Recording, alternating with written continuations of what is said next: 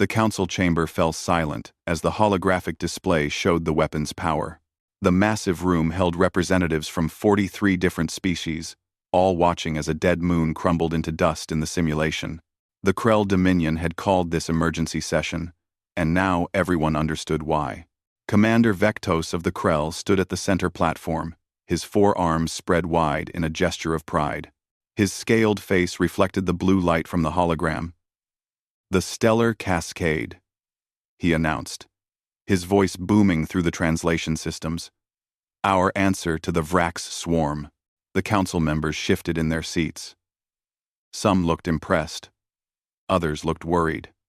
The Vrax swarm had been pushing into council space for 3 years now. They consumed everything in their path.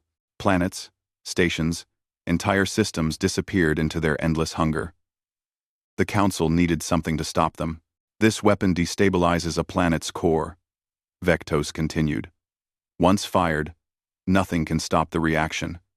The planet tears itself apart from within, 47 hours from activation to complete destruction. Any Vrax hive world becomes a tomb." A member from the Thessian collective stood up. "Commander, such power is dangerous. Who controls this weapon? What safeguards exist?" Vectos's scaled face showed something like a smile. "Only Krell ships can fire the Stellar Cascade. The weapon requires 3 separate authorization codes. It cannot be stolen or misused. It is perfectly safe for council members." More discussion followed. Some species supported immediate deployment. Others wanted restrictions. The argument went in circles for over an hour. Then a quiet voice spoke up from the human section. "We request a demonstration." All eyes turned to the human delegation. Ambassador Jennifer Chen stood calmly, her hands clasped in front of her. She wore a simple gray suit, looking small compared to the towering aliens around her. Humans had only joined the council 50 years ago. They were still the newcomers, still learning galactic politics. Vectos stared at her. "A demonstration?" "Yes, Commander," Chen said. Her voice stayed level and professional. "Humanity cannot vote on deploying this weapon without seeing it function. We need to understand what we're approving." Several council members made sounds of agreement. The Krell commander's scales rippled with what looked like irritation. "You doubt Krell engineering? Human?" "Not at all," Chen replied. "But this weapon could change the nature of galactic warfare forever. My government believes such decisions require complete information. I'm sure you understand." The Thessian representative spoke again.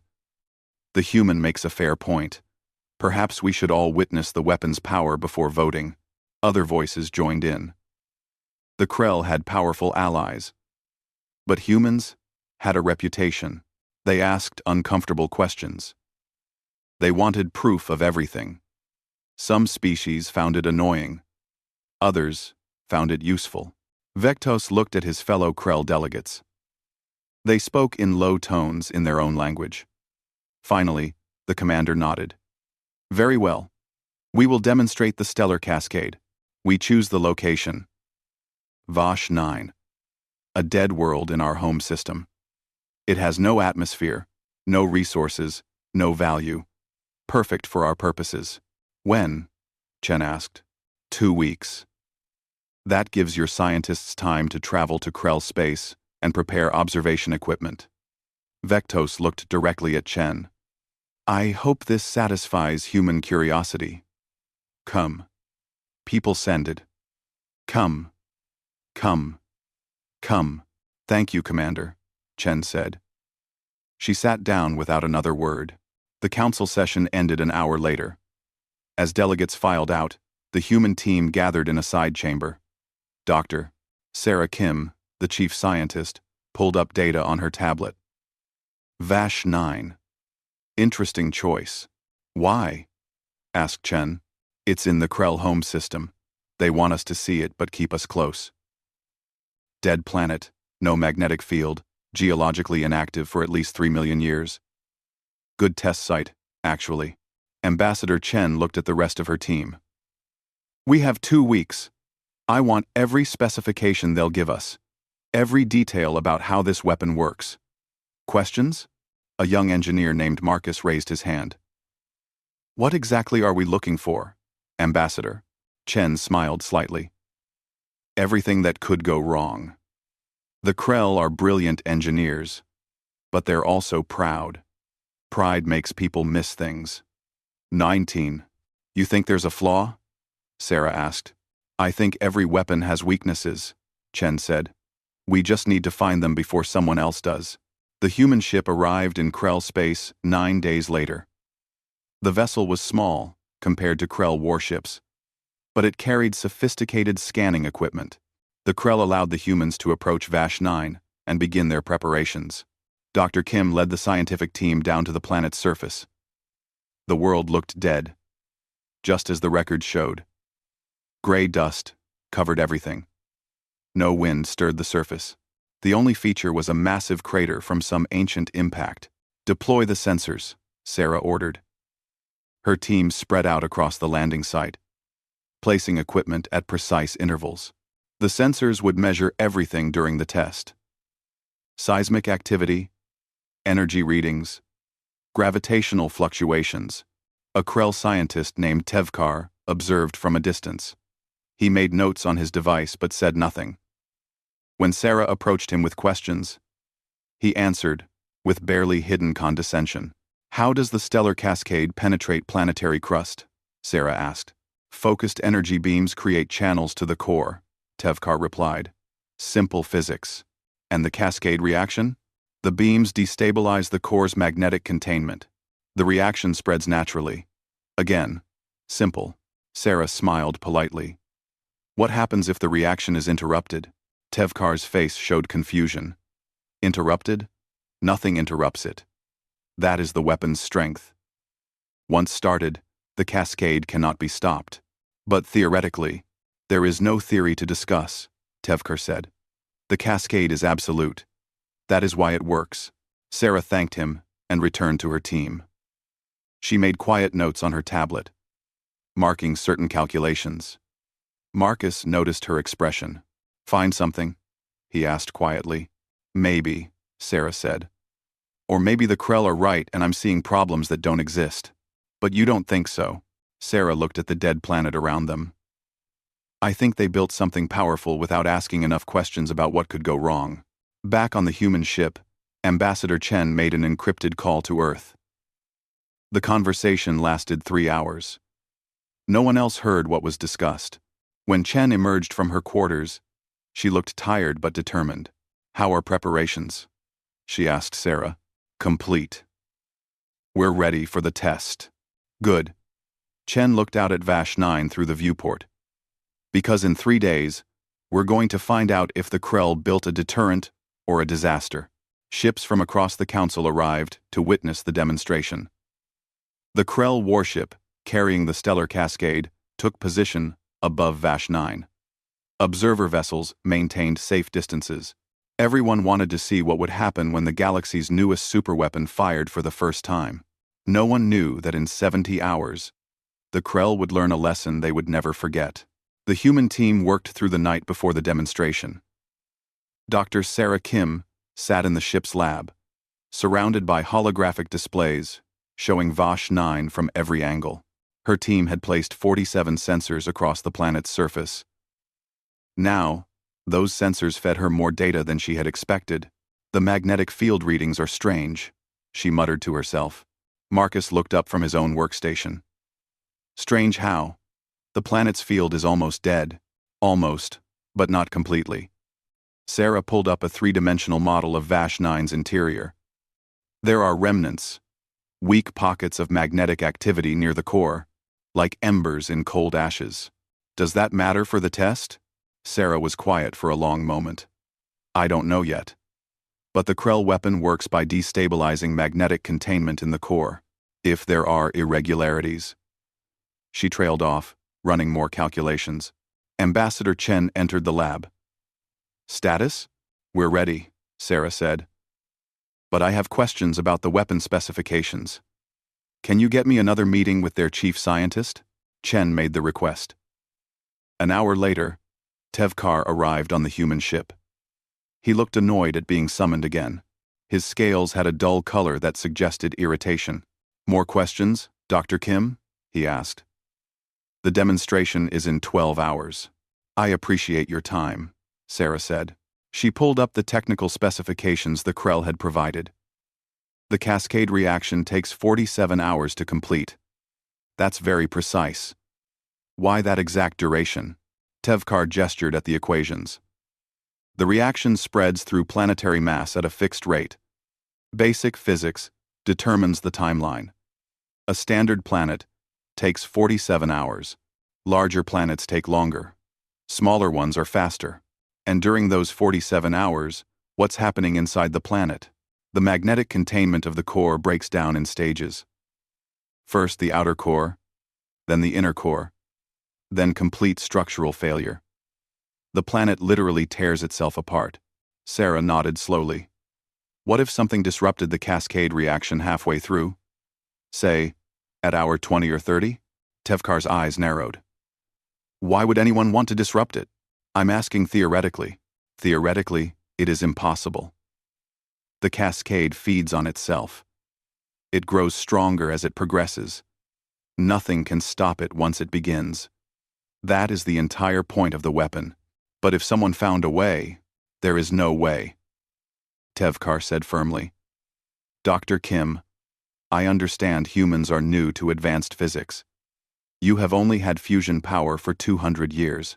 The Krell have studied planetary mechanics for millennia. Trust that we understand our own creation. After he left, Marcus whistled low. He really doesn't like being questioned. No. Sarah agreed. But did you notice?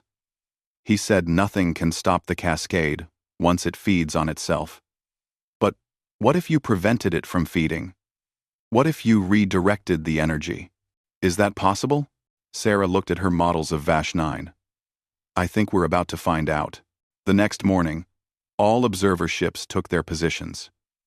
The Krell warship, a massive vessel called the Unbreaking Will, moved into firing position above Vash 9. Commander Vectos broadcast to all vessels. Members of the Galactic Council, you are about to witness the power of Krell engineering. The stellar cascade will demonstrate why the Vrax swarm should fear us. Observe and understand what happens to our enemies. On the human ship, the crew watched their displays. Sarah had her sensor network active. Every piece of equipment on Vash 9 was recording. Ambassador Chen stood beside her, arms crossed. Whatever you're planning, Chen said quietly, now would be a good time to tell me. We're going to test something, Sarah replied. At hour 23 of the cascade. Test what? Whether the Krell are right about their weapon being unstoppable. Chen looked at her for a long moment. Then she picked up her communicator. Captain, prepare for precision firing operations. Stand by for my command. Ambassador? The captain's voice came back, confused. What operations? Dr. Kim will send you targeting coordinates. Be ready to fire on my mark. Sarah pulled up a new set of calculations. Her hands moved quickly across the holographic interface. Marcus, I need you to double-check these numbers. If I'm wrong, this won't work. If I'm right and the numbers are off, we might make things worse. The young engineer studied the calculations, his face growing pale. Not reverse. Redirect. That's impossible, Tevkar said. Stopping it was impossible. He never said anything about redirecting it. The stellar cascade fired. 3 brilliant beams of energy lanced down from the Unbreaking Will, piercing Vash 9's crust. The planet's surface glowed white-hot at the impact points. The beams drilled deep, reaching toward the core. Sarah watched her readouts. Energy penetration confirmed. The beams have reached the outer core. Cascade reaction beginning. The planet began to shake. Even from orbit, the observers could see the surface rippling like water. Massive cracks appeared, splitting continents of dead rock. Tevkar's voice came over the broadcast channel, explaining each stage. The outer core destabilization has begun. Magnetic containment is failing. The reaction will now spread naturally. In 46 hours and 30 minutes, Vash 9 will cease to exist. Hours passed. The observers watched as the dead planet slowly tore itself apart. Earthquakes that would have measured beyond any scale shook the world. The cracks grew deeper. Molten material from deep underground began to seep through. At hour 23, Sarah stood up. Now, I do. Ambassador Chen activated her communicator. Captain, execute firing sequence. Dr. Kim's coordinates. The human ship moved forward. The Krell noticed immediately. Vectos's voice came over the channel, sharp with concern. Human vessel, maintain your distance. You are approaching the Cascade reaction zone. Acknowledged, Commander, Chen replied calmly. We are firing observation probes. That wasn't what they fired. The human ship launched a series of precision charges. Not missiles or weapons, but carefully calculated explosive devices. They streaked toward Vash 9, each one aimed at a specific point on the planet's surface that Sarah had identified. The charges struck their targets with perfect accuracy. They exploded simultaneously, creating new channels through the planet's crust. These channels intersected with the paths the stellar cascade had created. For 3 seconds, nothing happened. Then the cascade reaction stuttered. On the Krell ship, alarms began to sound. Tevkar stared at his displays in disbelief. Impossible. The reaction is, it's reversing flow. The energy that had been spreading through Vash 9's core hit the new pathways the humans had created. Instead of continuing to break down the planet's magnetic containment, the energy found a new route. It channeled through the human-made passages, following the path of least resistance.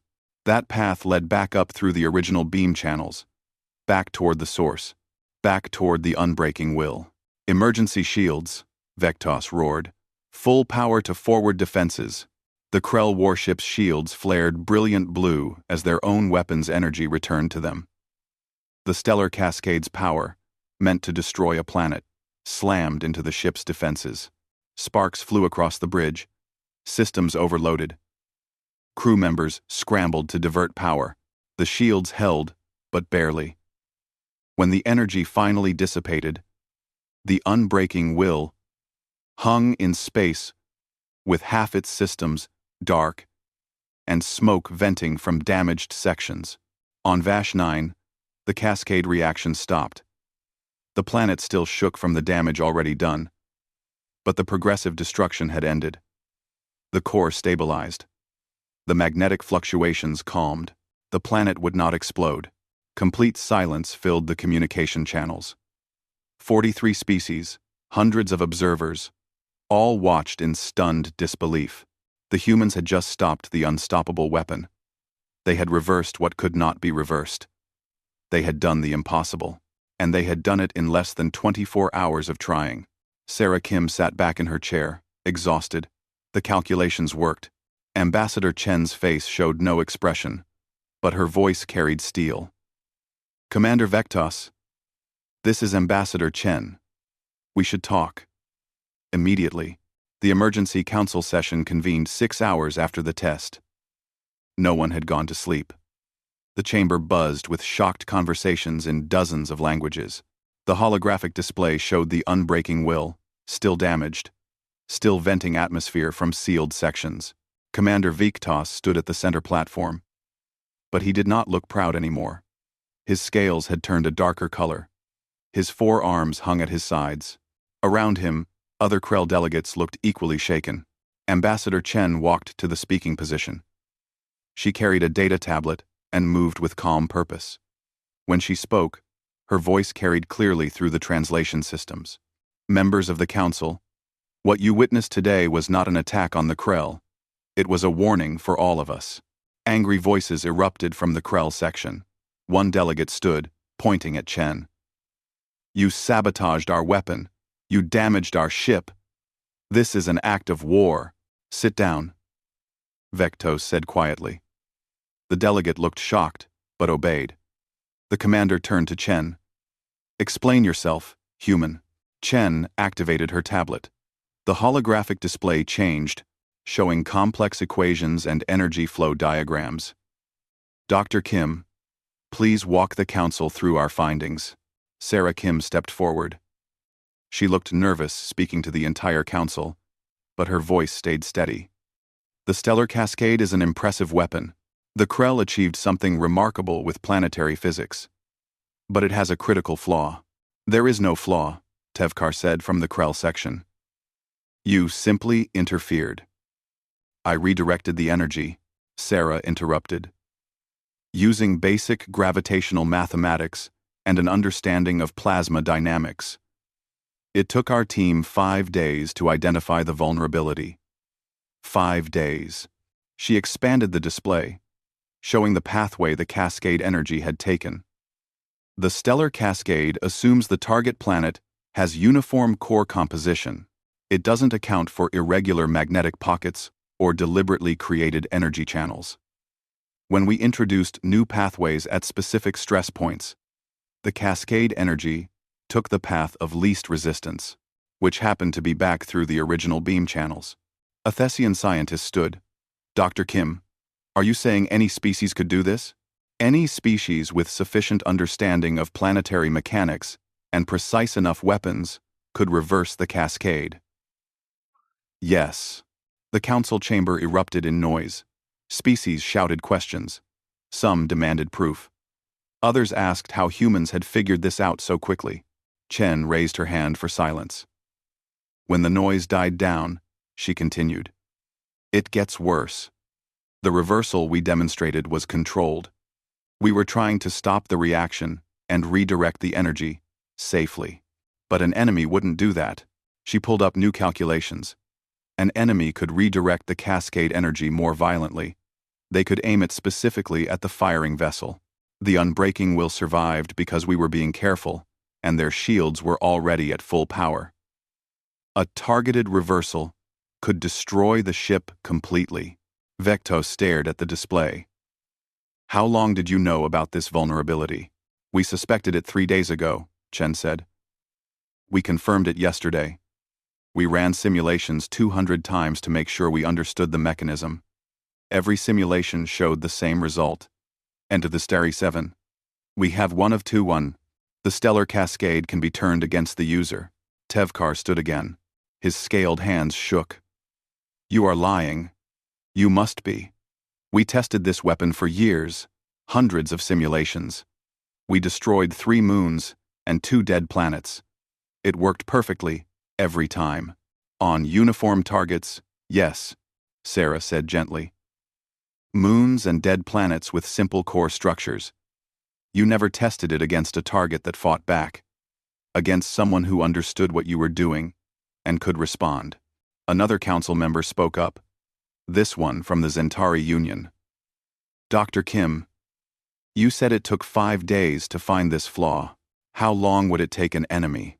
Sarah looked uncomfortable. That depends on the enemy. A species with advanced mathematical modeling? Maybe 2 weeks. The Vrax swarm has shown sophisticated understanding of energy dynamics. They could figure it out, given time. How much time? The Zentari pressed. Months. Maybe. A year at most. If they captured detailed specifications. The council chamber went very quiet. The implications sank in slowly. The Krell had nearly deployed a weapon that their enemies could turn against them. They had almost handed the Vrax swarm away to destroy Krell ships using their own technology. Ambassador Chen wasn't finished. There's more. We ran additional simulations after confirming the reversal was possible. If multiple ships fire the stellar cascade at the same target, and that target reverses the reaction, the returning energy could chain between nearby vessels. She pulled up a new simulation. It showed 3 Krell warships firing on a planet. The planet reversed the cascade. Energy flowed back to all 3 ships, then jumped between them as their shields failed. All 3 ships exploded. The stellar cascade doesn't just endanger the firing vessel, Chen said. It endangers entire fleets if they're positioned incorrectly. An enemy that understands this weapon could use it as a trap. Bait you into firing, reverse the cascade, and watch your own fleet destroy itself. Vectos looked at his fellow Krell. The chief scientist, Tevkar, had his head in his hands. Other Krell delegates stared at the simulations with horror on their faces. Their ultimate weapon had become their ultimate vulnerability. A voice came from the Mirian delegation. "Why did you do this? Why expose the flaw?" Chen turned to face them. "Because if we could find it in 5 days, your enemies will find it eventually. Better you learn from allies than from hostile forces in combat. The Krell deserve to know before they deploy a weapon that could be used against them." "You could have told us privately," Vectos said quietly. "Spared us this humiliation." "No," Chen replied. "Because this isn't just about the Krell. Every species here needs to understand something important. There is no such thing as a perfect weapon. There is no ultimate defense. Every system has weaknesses. Every technology has vulnerabilities. Pride makes you blind to those flaws. Overconfidence gets people killed." She walked slowly around the speaking platform, making eye contact with different delegates. "Humanity learned this lesson the hard way in our own history. We built weapons we thought were unstoppable. We created defenses we believed were impenetrable. We were wrong every single time. Someone always found the flaw. Someone always broke what we thought was unbreakable." Sarah added, "The math doesn't care about how advanced you are. Physics doesn't respect your engineering skill. The universe has rules, and those rules apply equally to everyone. The stellar cascade breaks those rules in a specific way. We just found the consequences." The Thessian scientist spoke again. "What do you recommend, Ambassador Chen?" "The stellar cascade project should be classified and sealed," Chen said. "The weapon is too dangerous, not to the enemy, but to the user. Instead, I recommend the Krell scientists work with our team to develop countermeasures, ways to detect if someone else develops similar technology, ways to reverse enemy cascade weapons safely, turn our own creation against us completely," Vectos said bitterly. "Turn your research into a defense instead of an offense," Chen corrected. "The knowledge isn't worthless. It's just not what you thought it was." The council voted 2 hours later. 41 species supported classifying the stellar cascade as critically compromised technology. Only the Krell and one of their allied species voted against it. The weapon program was terminated immediately. After the vote, Tevkar approached the human delegation. The Krell scientist looked like he had aged years in a single day. His scales were dull, and his eyes were tired. "Dr. Kim," he said quietly, "how did you know to look for the flaw?" Sarah considered her answer carefully. "I asked what would happen if the reaction was interrupted. You told me it was impossible. But impossible is just another word for something we haven't tried yet. On Earth, we have a saying. Every fortress has a gate. Every shield has a seam. We just look for them. The stellar cascade was my life's work," Tevkar said. 20 years of research.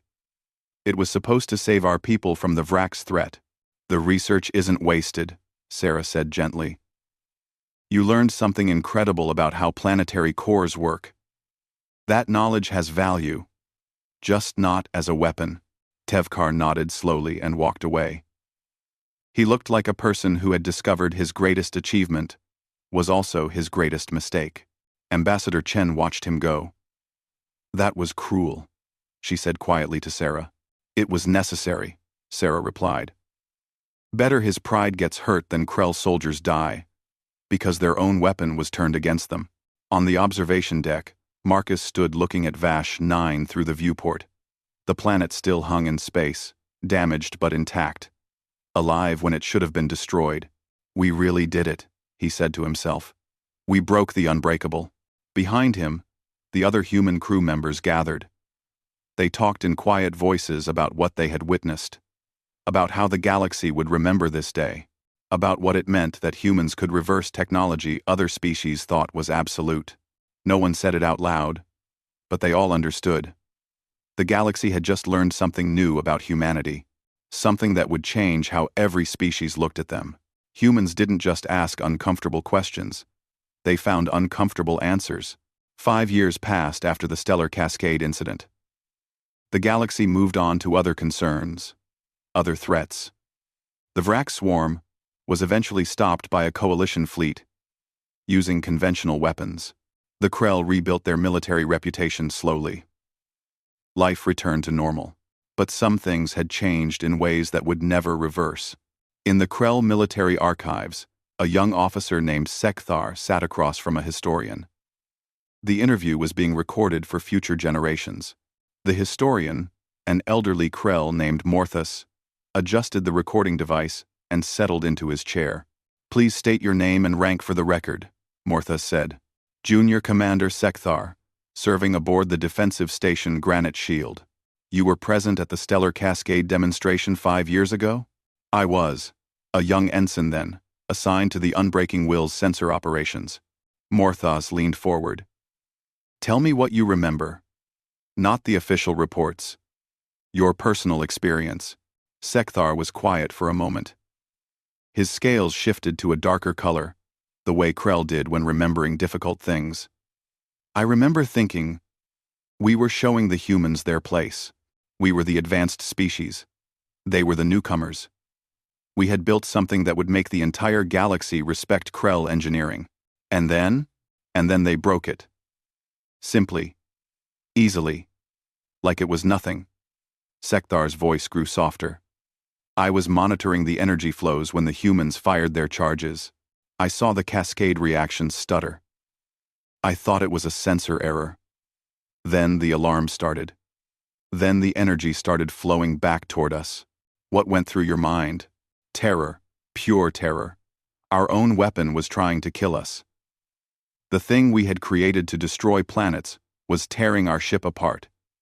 And we couldn't stop it. Only our shields saved us, and even those barely held." Morthos made notes on his tablet. "How did this change Krell military thinking?" "Ask." Sekthar laughed, but there was no humor in the sound. "It changed everything. After that day, every new weapons project goes through human review. Every defensive system, every piece of military technology. We send them the specifications, and they look for flaws, and they find them, always. Not always as dramatic as the stellar cascade, but they find vulnerabilities we missed. Last year, they identified a weakness in our new shield harmonics.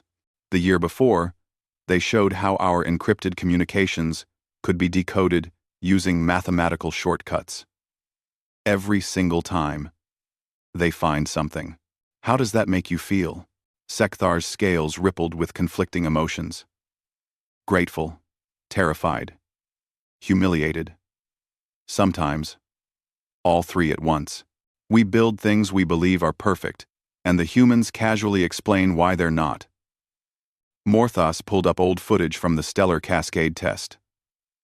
"Let's talk about Ambassador Chen's final statement to the Council. Do you remember it?" Every word. I've watched the recording 100 times. The holographic display showed Chen standing before the Council. Her voice was clear and firm. "We didn't do this to embarrass the Krell. We did this because if we could break it, your enemies would find a way too. Better us than them. Better now than during combat, when lives are at stake. Do you believe her?" "Yes," Sekthar said immediately. The humans could have kept quiet. They could have learned the vulnerability and stored it away as a weapon to use later. Instead, they exposed it publicly and helped us develop countermeasures. That's not the action of an enemy. Yet many Krell still resent humans for the humiliation. Those Krell are fools. The humans saved us from ourselves. Imagine if we had deployed the stellar cascade in combat. Imagine if the Vrak swarm had captured a ship with the weapon. They would have studied it, found the flaw, and used it against our entire fleet. We would have handed them a way to destroy us using our own technology. Morthos changed the footage. It showed Dr. Sarah Kim teaching at the Human Fleet Academy. She stood before a class of young human officers, explaining energy dynamics. The humans created a new position after the incident, Morthas said. The Human Systems Analysis Directorate. Are you familiar with it? Every military officer in the galaxy is familiar with it, Sekthar replied. Any species can submit weapons designs or defensive systems for human review. It's voluntary, but most species do it.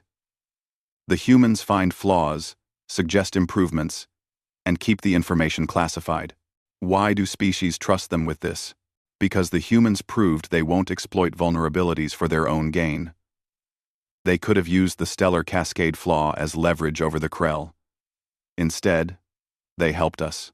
Now, species know that when humans find a weakness, they'll report it honestly and help fix it. Some call this human arrogance, that they believe themselves smarter than everyone else. Sekthar's scales showed a flash of anger. That's not arrogance. That's pattern recognition. Humans see connections other species miss. They think about how systems fail instead of just how they work. It's not that they're smarter, they think differently. Morthas made more notes. Tell me about the nightmares. The younger Krell went very still. Who told you about those? Multiple Krell officers who witnessed the test report similar dreams. Recurring nightmares. I want to understand what you experience. Sekthar looked away. I dream about the test, but it's different each time. Sometimes, the humans reverse our weapons in the middle of combat, and we destroy our own fleets. Sometimes, they reverse our shields and turn our defenses into weapons. Sometimes, they simply look at our newest technology and shake their heads sadly. And I know they've found another flaw we missed. What's the worst nightmare? The one where they stop helping us. Where they decide we're not worth saving from our own mistakes anymore. Where we deploy something we think is perfect, and our enemies break it the way the humans would have. But the humans aren't there to warn us first. Morthas studied the young officer. You're more afraid of losing human oversight than of the vulnerabilities themselves. They're Vaxity. They're faced made of eye. They're despontent Macadids. Yes. Because the vulnerabilities exist, whether we know about them or not.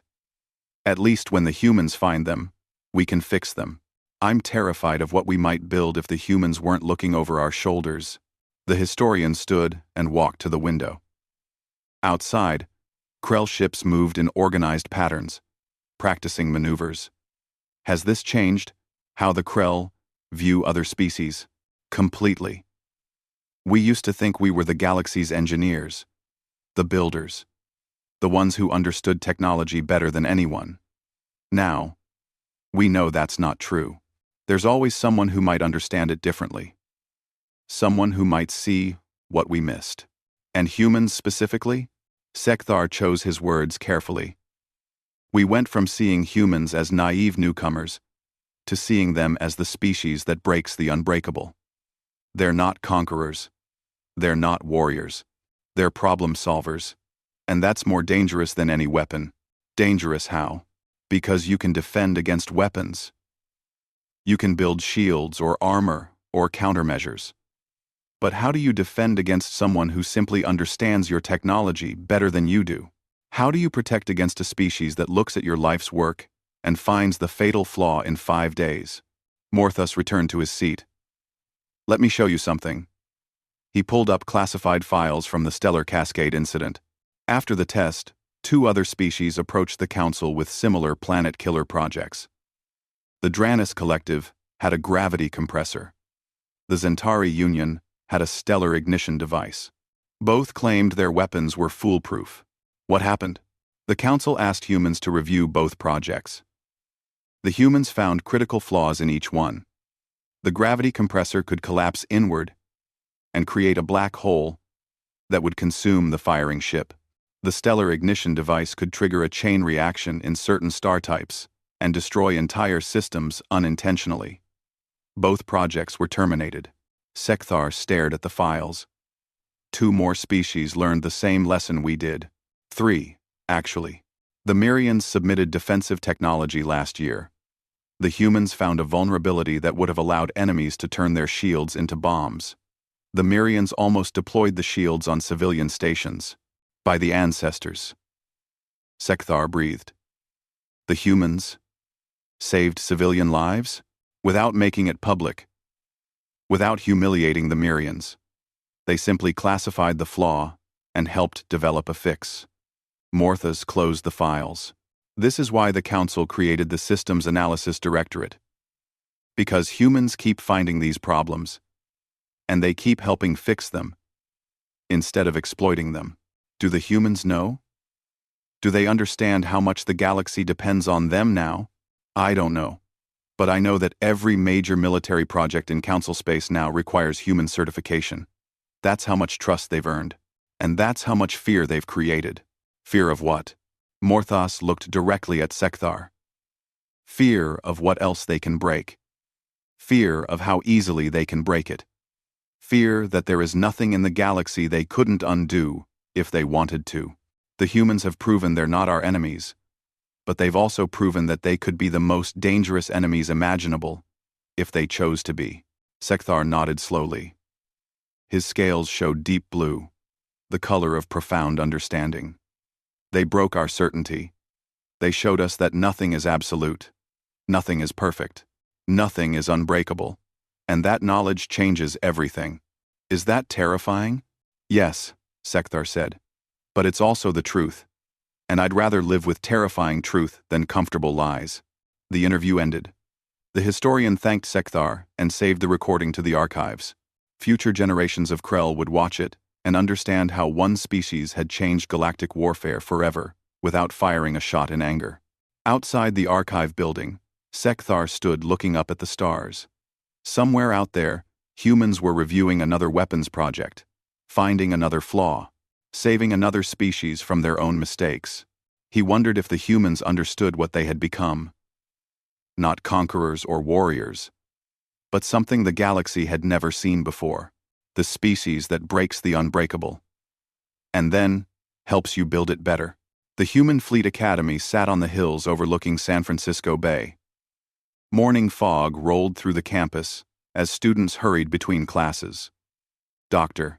Sarah Kim stood at the front of a lecture hall, chalk in hand, filling a blackboard with equations. Energy cascade dynamics, she said to her class. Who can tell me what makes them unstable? A young cadet raised her hand. Irregular containment fields, Professor. Good. And why does that matter in weapons design? Another student spoke up. Because enemies can exploit the irregularities to reverse the energy flow. Sarah nodded. Exactly. Remember, every weapon is also a potential weakness. The more powerful the weapon, the more dangerous that weakness becomes. Never forget the stellar cascade. The students took notes diligently. Most of them had been children when the incident happened. They knew it from history classes, not from living through it. To them, it was just another lesson about human ingenuity. But Sarah remembered. She remembered the terror in the Krell officer's eyes. She remembered the moment when the galaxy realized humans could break things other species thought were absolute. After class, a student approached her desk. The young woman looked nervous. Professor Kim? Can I ask you something personal? Of course. The stellar cascade incident. When you reversed the weapon, did you know you were going to humiliate the Krell? Did you feel bad about it? Sarah set down her chalk and considered the question. I knew it would embarrass them. But the alternative was worse. If we had stayed quiet and the Krell deployed that weapon in combat, good people would have died. Maybe thousands. Maybe entire ships. The embarrassment saved lives. But Commander Tevkar, the chief scientist, his career was destroyed. He never worked on weapons projects again. I know. I've thought about that many times over the years. Do you regret it? Sarah looked out the window at the fog-covered bay. No. Tevkar built something he didn't fully understand. He was so proud of what he created that he stopped asking questions about it. That's dangerous. In engineering, in science, in life. The moment you stop asking questions is the moment you make fatal mistakes. Is that why you teach here? To make sure human engineers keep asking questions? Partly. But also to remind students that being smart isn't enough. You have to think about how things fail, not just how they work. You have to imagine what enemies might do with your technology. You have to stay humble. The student nodded and left. Sarah gathered her materials and headed to her office. On the way, she passed a wall covered with photographs, images of human engineers and scientists who had worked with alien species, pictures of joint research projects, commemorations of successful collaborations. One photograph showed her standing with a group of Krell scientists, including Tevkar. It had been taken 3 years after the Stellar Cascade incident. They had been working together to develop countermeasures against similar weapons. Tevkar looked older in the photo, his scales duller, but he was smiling slightly. He had sent her a message last year. Simple and brief. Thank you for showing me what I couldn't see. You saved my people from my own pride. I understand now. Now, Sarah had saved that message. She reread it sometimes when she doubted whether she had done the right thing. In her office, she found an unexpected visitor. Ambassador Chen sat in one of the chairs, looking at Sarah's awards and certificates on the wall. The ambassador had retired from diplomatic service 2 years ago, but still consulted on galactic affairs. Ambassador, Sarah said, I didn't know you were on campus. Just Chen now. I'm not an ambassador anymore. The older woman gestured to the other chair. I came to talk to you about something. The council has a request. Sarah sat down slowly. The Valcor Federation has developed a new weapon system, something they call the entropy accelerator. It ages matter at exponential rates. They claim it can turn a warship into dust in seconds, and they want us to review it. Yes. They specifically asked for you. Sarah rubbed her eyes. I've done 17 weapons reviews in the last 5 years. Every time, we find something the creators missed. Every time, we have to tell brilliant scientists that their life's work is flawed. I'm tired, Chen. I know. But would you rather someone else review it? Someone who might miss the flaw? No, Sarah admitted. But I hate being the person who breaks things. I hate seeing the look on their faces when we show them what they missed. Chen stood and walked to the window. Do you know what the galaxy calls you? They have a nickname. The Unbreaker. That's not a word. It is now. Because you break the unbreakable. You show people that their certainties are just assumptions. You prove that nothing is perfect. Chen turned to face Sarah. And because of that, fewer people die in stupid ways. Fewer soldiers get killed by weapons that backfire. Fewer civilians get caught in technology that fails catastrophically. Does that make it easier, knowing I'm helping people? Does it need to be easy? You're doing something important, something no one else can do as well. That matters more than whether it feels good. Sarah was quiet for a long moment. Finally, she nodded. I'll review the entropy accelerator. Send me the specifications. Thank you. Chen moved toward the door, then paused. Sarah, do you know what I think is the most important thing you teach your students? What? That being right is more important than being comfortable. That truth matters more than pride. We could have told the Krell about the stellar cascade flaw privately. We could have let them save face, but then other species wouldn't have learned the lesson. The Council wouldn't have created the oversight systems. More people would have built dangerous weapons they didn't understand. So public humiliation was necessary? Public education was necessary. The Krell's humiliation was a side effect. A regrettable one, but a side effect nonetheless. After Chen left, Sarah sat alone in her office. She pulled up the specifications for the entropy accelerator and began reading. Within an hour, she had found the first potential problem. Within 3 hours, she had confirmed it. The weapon could age matter, yes, but it did so by borrowing energy from local space-time. If used repeatedly in the same area, it could create temporal instabilities. She imagined presenting this finding to the Valkor scientists. Imagined their proud faces falling. Imagined them realizing their creation was too dangerous to deploy. It never got easier. But it was necessary. Across the galaxy, on the Krell homeworld, Sekthar finished his shift at the defense station. He checked the daily reports and saw that a human review team had approved new shield harmonics for Krell vessels. No flaws found. The technology was sound. He felt a strange mixture of relief and disappointment. Relief that their engineers had built something correctly. Disappointment that they still needed human approval, to be sure. But that was the new reality. Humans were the galaxy's safety check. The species that everyone relied on to find the flaws that would get people killed. It was a burden no species had ever carried before. The responsibility of being right when everyone else was wrong. Sekthar wondered if humans understood how much pressure that created. How much the galaxy depended on them to keep asking uncomfortable questions and finding uncomfortable answers. On Earth, in her office, Sarah Kim stared at her analysis of the entropy accelerator. She would send her report tomorrow. The Valkor would be disappointed. Maybe angry. But they would be alive. Their soldiers wouldn't accidentally tear holes in space-time. Their ships wouldn't create temporal anomalies that consumed entire systems.